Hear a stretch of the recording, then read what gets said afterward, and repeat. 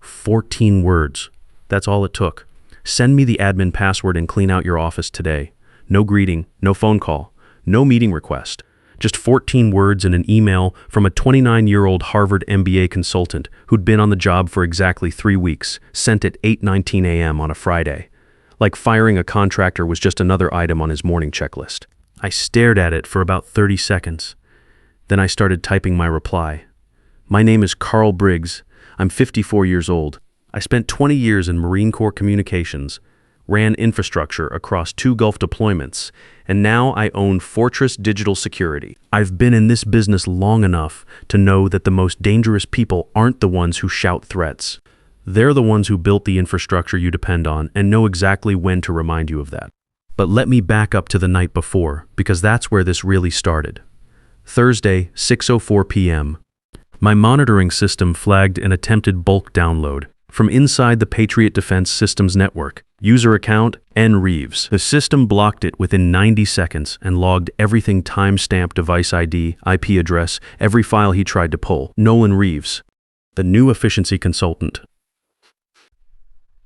3 weeks in, Harvard MBA walks around like he invented the concept of optimization. I'd seen his type plenty of times during my contractor days. Clean suit, expensive watch, talks fast about modernizing legacy infrastructure, which is consultant speak for I don't understand how any of this works, so I'm going to replace it with something I can control. What he was trying to pull wasn't just sensitive files, it was classified drone surveillance data. The kind of data that has federal compliance requirements attached to every single byte. At 6:05 p.m., 1 minute after the failed download, his workstation attempted to rename my security folders, my network, the one I'd built from the ground up over 7 years. He was trying to rebrand it like he was editing a PowerPoint slide. Here's something I built into my monitoring system early on, a honeypot folder, labeled Legacy Syst Migration 2024, exactly the kind of thing a digital transformation consultant would go hunting for. Anyone who opened it got logged immediately. Timestamp, device, duration. Nolan had opened that folder 3 times in his first week. I'd been watching him since day 7. I didn't panic Thursday night. 20 years in military communications teaches you one thing above everything else. Document first, react second. I archived the complete audit trail, exported the user activity logs, took screenshots of every breach attempt. Then I sent him one polite email. Nolan, heads up. Your access attempt this evening triggered multiple security flags. Happy to discuss proper protocols whenever convenient. I went home. I didn't lose any sleep. Now I need to tell you about a contract, because that contract is the whole story. 7 years ago, Patriot Defense Systems was hemorrhaging money after a failed product launch nearly killed the company. Spencer Aldridge had built Patriot from nothing, started in his garage in 1989, developed surveillance drones for Border Patrol, turned it into a real defense contractor over 30 years. By the time I came in, their IT security was held together with expired licenses and pure luck. I came in through contractor channels during their crisis. Fortress Digital Security would build and maintain their entire operational security environment under a long-term master service agreement. That wasn't charity. It was business, but I'd seen enough desperate clients to know what happens when they're back on their feet. They start to forget who kept the lights on during the hard years. So I insisted on specific language in the contract, language that protected both parties if the relationship ever got complicated. Section 11C, vendor retains exclusive administrative control of hosted infrastructure and associated digital assets unless revoked via board resolution with 30-day supervised transition protocol under Patriot legal oversight and federal compliance review. Spencer Aldridge, who understood contractor relationships the way men of his generation do, read every word and signed it. His son Dorian handled legal now. Dorian had inherited the contract along with the infrastructure he'd never personally reviewed in detail. Nolan probably saw my name on some org chart under IT vendors and assumed he could clear me out the same way he'd clear out a catering contract.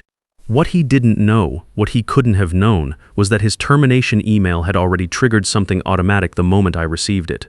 Something I'd built into the agreement as insurance against exactly this kind of corporate arrogance. The moment Patriot attempted to terminate contracted services without proper board authorization, all SLA obligations dissolved immediately. Not after a meeting. Not after a grace period. Immediately. The system would keep running. That was in everyone's interest. But updates, technical support, security patches, system backups, all suspended pending proper legal resolution. I opened my administrative dashboard, watched the status indicator shift from green to amber. Then I typed my response. One line, negative. This infrastructure operates under federal contractor license with DoD compliance requirements. Direct all questions to your legal department. I attached pages 23 to 24 of the signed master service agreement, the pages where Section 11C spelled out the termination protocols in plain English. Then I copied Dorian Aldridge and hit send. Nolan had just stepped on something he couldn't see. Dorian called at 8:31 a.m. 12 minutes after I copied him. He sounded like someone who just spilled hot coffee on a contract he hadn't finished reading. "Carl, we need to discuss Preston's email this morning, Nolan," I said. "His name is Nolan, and there's nothing to discuss. He terminated services without board authorization. Section 11C triggered automatic SLA suspension the moment that email landed. Can we schedule a call? Dad wants to get ahead of this before. Board resolution required for any service termination. Until that happens, Fortress is released from all support obligations. Your call on how fast you want to move." Silence. "Then how long does SLA suspension last?" "Until proper procedures are followed, or services are formally reinstated." I hung up. Then I logged into the operations portal and activated blackout protocol. All user permissions frozen at current levels. No edits, no file transfers, no system modifications, no new accounts created. Patriots people could still view their existing files and access current dashboards, but they couldn't change anything. Every screen now carried a new header across the top. Fortress Digital Security, Custody Protocol. Board authorization required for modifications. It wasn't sabotage. It was preservation. Until Patriot followed proper contract procedures, I had a legal obligation to maintain data integrity and prevent unauthorized modifications that could compromise federal compliance standards. I wasn't shutting anything down. I was just stopping them from touching infrastructure that legally, contractually, they didn't own. Nolan's second email came at 9:15 a.m., copied to half the executive team. "Need immediate resolution on contractor access issue. Business operations affected." Business operations affected. Like that was my problem to solve after he'd fired me by email on a Friday morning. His third email, 10:33 a.m., marked urgent. "Carl, we can work this out professionally. Too late for that conversation." He declared the terms at 8:19 a.m. I accepted them. His fourth email arrived at 2:47 p.m. "This is affecting client deliverables. What do you want?" I didn't reply. The contract was my reply. Section 11C was my reply. The frozen systems were my reply. The weekend was quiet on my end. I made coffee Saturday morning, opened my monitoring dashboard on the kitchen table, and watched the access logs roll in. Failed modification attempts every few minutes. Departments trying to update files they couldn't touch. Someone in engineering attempting the same folder 4 times in a row, like maybe the 4th try would work differently. I drank my coffee, watched the logs, did nothing. That's the part nobody talks about when they think about situations like this. There's no dramatic confrontation, no shouting match. You just sit in your kitchen on a Saturday morning while the other side slowly figures out what they've done and you wait. By Sunday evening, the failed access attempts had slowed down. Either they'd stopped trying or they'd started making some phone calls. Probably both. Monday morning hit Patriot Defense like a freight train. My automated monitoring system logged everything. The first SOS came at 7:43 a.m. from product development. "Is the project roadmap system down for maintenance? Can't access Q4 deliverables folder."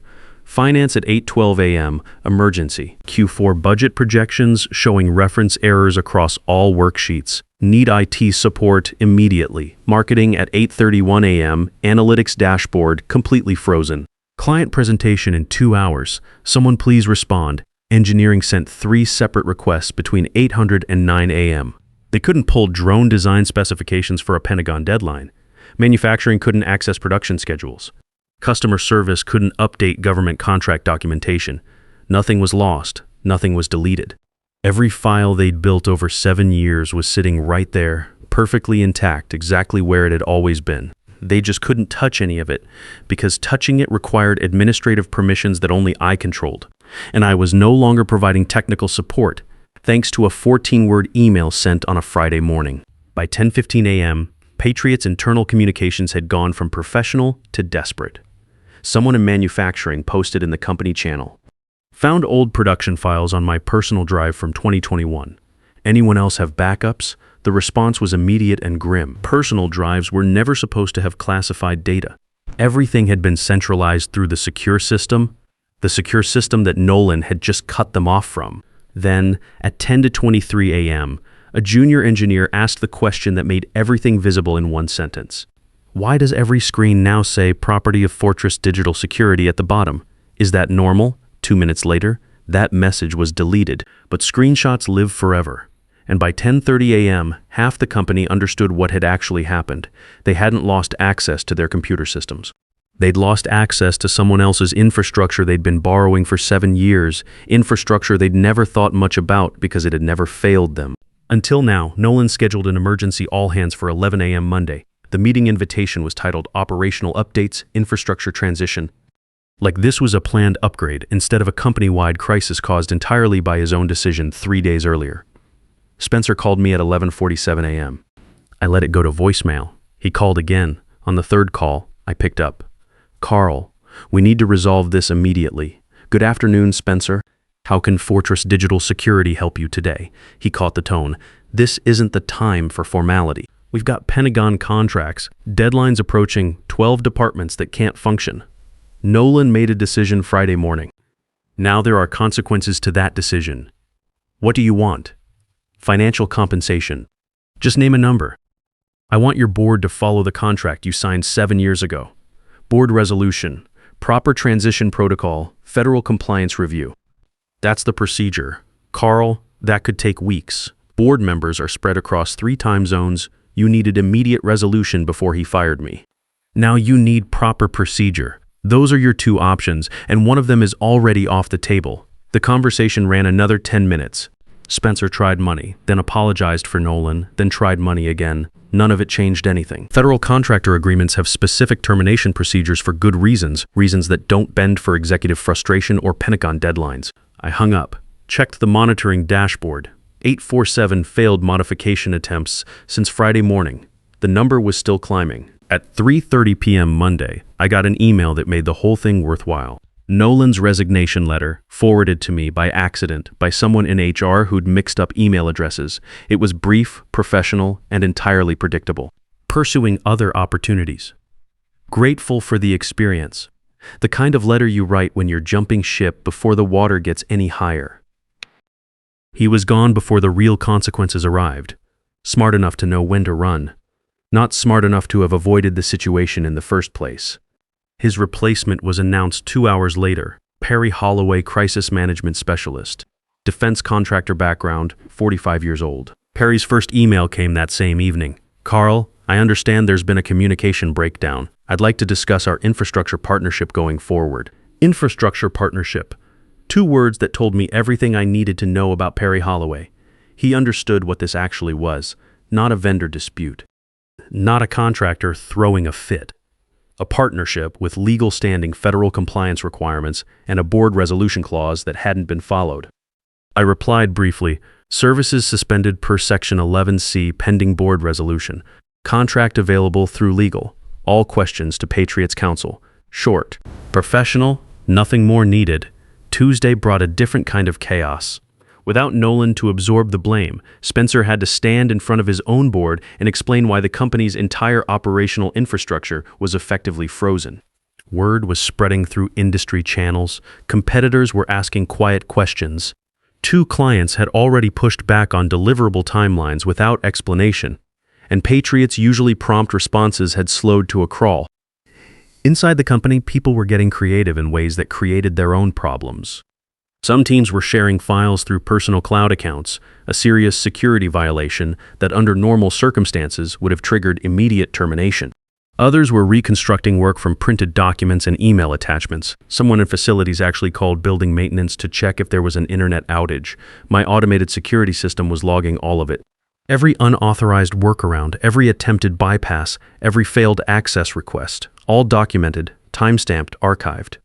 Not because I was building a case against anyone, because federal compliance standards required it. Tuesday evening, that documentation generated something I hadn't expected, or rather, something I'd built the system to generate automatically, but hadn't thought much about since the contract was signed. An automated security report, triggered by the volume of irregular system activity, compiled 5 days of access attempts and compliance anomalies into a formal federal incident log. The report was forwarded automatically to 3 parties: Patriot's legal team, my corporate attorney, and a federal contractor oversight database. Nolan's original Thursday evening breach attempt, the bulk download, the folder rename, all of it was now officially documented in a federal cybersecurity incident report, complete with timestamps, user identification, and forensic detail. That report would follow him. Security clearance applications, federal contractor background checks, defense industry employment. The report would be there waiting at every door he tried to open. Wednesday's emergency board meeting convened at 9 a.m. sharp. I wasn't in the room, but Dorian called me at 11:30 a.m. Wednesday. And for the first time since this started, he sounded like someone who'd gotten the situation fully explained to him in plain language. The board voted unanimously to reinstate your contract, he said. Full restoration of services. Dad wants to discuss expanding the partnership. Federal compliance review? I asked. External auditors are being brought in, and Nolan's unauthorized access attempt is being handled through appropriate channels. He paused. His resignation letter mentioned pursuing other opportunities. The board was well aware of what actually happened. The formal documents arrived that afternoon. Proper board resolution, all voting members signed. Revised service agreement with additional language explicitly prohibiting unilateral termination attempts by any individual below board level. Spencer had learned something expensive. I didn't flip a switch and restore everything at once. That's not how this works. Not with federal compliance infrastructure. I initiated careful, methodical reactivation over 72 hours. Every step documented, every restored capability verified through multiple security checks before the next one opened. Thursday, read access restored for critical systems, payroll, client communications, emergency operational files. Department heads could finally respond to the backlog of client inquiries that had been piling up for 6 days. Friday, full file editing and system modifications restored, but with enhanced monitoring protocols layered on top, every user action tracked with additional granularity. Unusual access patterns, bulk downloads, folder renames, anything matching the signature of Thursday's breach attempt would trigger immediate notification. The following Monday, Patriot's systems were running better than they had before any of this happened. The forced downtime had given me a window to implement security updates and performance optimizations that had been sitting on my schedule for later. Sometimes a hard stop creates room for things that keep getting pushed back. The human cost was real though, and I won't pretend otherwise. 3 major clients had delayed contract renewals because of the communication gaps during the crisis week. 2 department heads submitted resignations, one citing operational instability, the other citing concerns about management judgment. Perry Holloway spent his first full month at Patriot doing nothing but relationship repair, explaining to stakeholders why their primary infrastructure vendor had suspended services for nearly a week. Spencer called me personally the Monday after full restoration. He didn't lead with business. Carl, I owe you an apology. Nolan's actions were unacceptable, and the board takes full responsibility for not providing proper oversight of his decisions. Apology accepted, I said. Let's make sure this doesn't happen again. Agreed. We're implementing mandatory contractor relations training for all senior management. No one makes decisions about vendor agreements without understanding the legal implications first. Smart policy. You might also want to look at your hiring process. Nolan's tendency to act before understanding consequences should have surfaced earlier. Spencer was quiet for a moment. You're right. It should have. 3 weeks after full restoration, the final piece arrived. A federal cybersecurity compliance audit, triggered automatically by Nolan's original Thursday evening breach attempt, concluded its review and issued a formal findings report. The auditors had spent 3 weeks going through everything. The breach logs, the blackout protocol documentation, the SLA suspension records, the 72-hour reactivation trail. Their conclusion, Fortress Digital Security had maintained exemplary security protocols and appropriate response procedures throughout an unauthorized access incident and subsequent period of corporate leadership instability. The report specifically noted that activating blackout protocol and suspending services had prevented potential data compromise and maintained system integrity during a critical window. In federal compliance language, that's about as close to a gold star as you get. Nolan Reeves was named in that report as the perpetrator of unauthorized access attempts against contractor-controlled defense infrastructure. Timestamps, device identification, forensic detail, all of it preserved exactly the way my system had captured it on a Thursday evening when he thought he was just copying some files. That report doesn't disappear. Security clearance applications pull from that database. Federal contractor background checks pull from that database. Any defense industry employer doing due diligence will find it. Nolan could be a brilliant consultant, and maybe in some contexts he was, but he would never work in a cleared environment again. Not with that record attached to his name. 6 months after the crisis, I flew to Denver for an industry conference on infrastructure partnerships in defense contracting. I wasn't speaking. I just wanted to hear how the broader industry was processing the kind of vendor relationship issues that had become more common as companies hired faster than they onboarded. Spencer Aldridge was the keynote speaker. I sat in the back row and listened. He stood at the podium in a good suit, same steady presence he'd had when he signed that contract 7 years ago in a conference room at Patriot's old headquarters. He talked about building companies from nothing, about the vendor relationships that hold a business together when the internal teams can't cover every function, about the mistakes companies make when they confuse cost center with disposable. We learned something expensive last year, he told the room.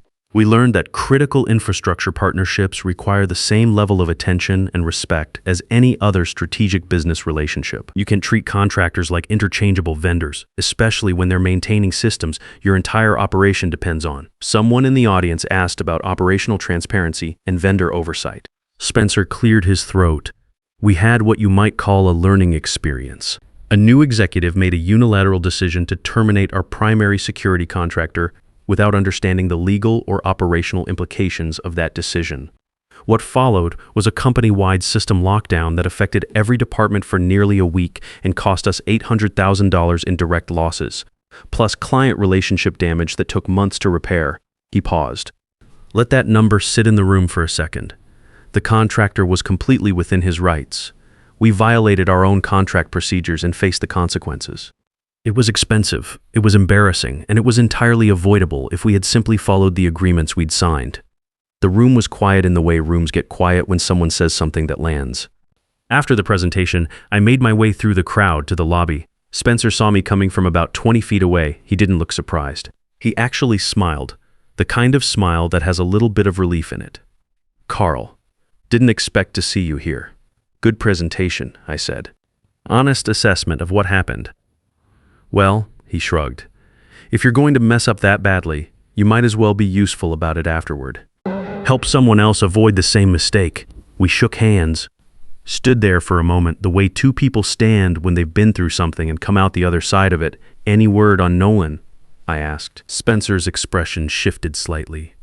Not angry, just settled. Last I heard, he's with a small consulting firm in Phoenix. General business optimization work. Nothing in the defense sector. His security clearance application was denied. He glanced at me.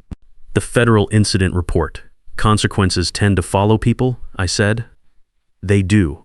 I've thought about that week a lot since then. Not with any satisfaction about what happened to Nolan specifically. That was just the predictable outcome of a predictable set of decisions. What I think about is the larger thing. There's a version of this story where I panic when the termination email lands. Where I fire back with angry emails, make threats, create a confrontation. Where the whole thing turns into a personality dispute that gets messy and unresolved and costs both sides more than it needed to. That version doesn't happen because of 20 years of military communications. It doesn't happen because of the honeypot folder or the monitoring system or the automated federal notifications, though all of those mattered. It happens because of one contract clause negotiated on a Tuesday afternoon 7 years ago, when I was sitting across from a man who understood contractor relationships, and we were both trying to make sure neither side ever got burned. Section 11C wasn't a weapon. It was a boundary, a professional safeguard that protected both parties, including Patriot, whether they understood that at the time or not. The blackout wasn't punishment. It was the contract doing exactly what a contract is supposed to do when someone violates its terms. Nolan crossed those boundaries deliberately, with full confidence that a 54-year-old contractor listed under IT vendors on some org chart wasn't going to know what to do about it. He was wrong about that. In this business, in any business, really the most dangerous assumption you can make is that the person keeping the lights on doesn't know exactly what happens when they stop. Titles don't tell you who has leverage. Org charts don't tell you who built the foundation. Sometimes the person who built the foundation is the quiet one in the back row at the industry conference, listening to your CEO explain what it cost to find that out. I flew home from Denver on a Sunday evening, got back to my desk Monday morning, had a full week of client work waiting. That's how this ends, not with drama. Just work. The same work I was doing before any of this happened, and the same work I'll keep doing long after people like Nolan Reeves have moved on to whatever comes next for them. The people who dismiss you as a line item in their budget never stop to consider that line items don't build things. People do, and people remember exactly what they built and exactly how to protect it. In the end, the most powerful thing I had wasn't the contract, the federal clearance, or the monitoring system. It was 7 years of quiet competence that nobody thought to respect until the day it was gone.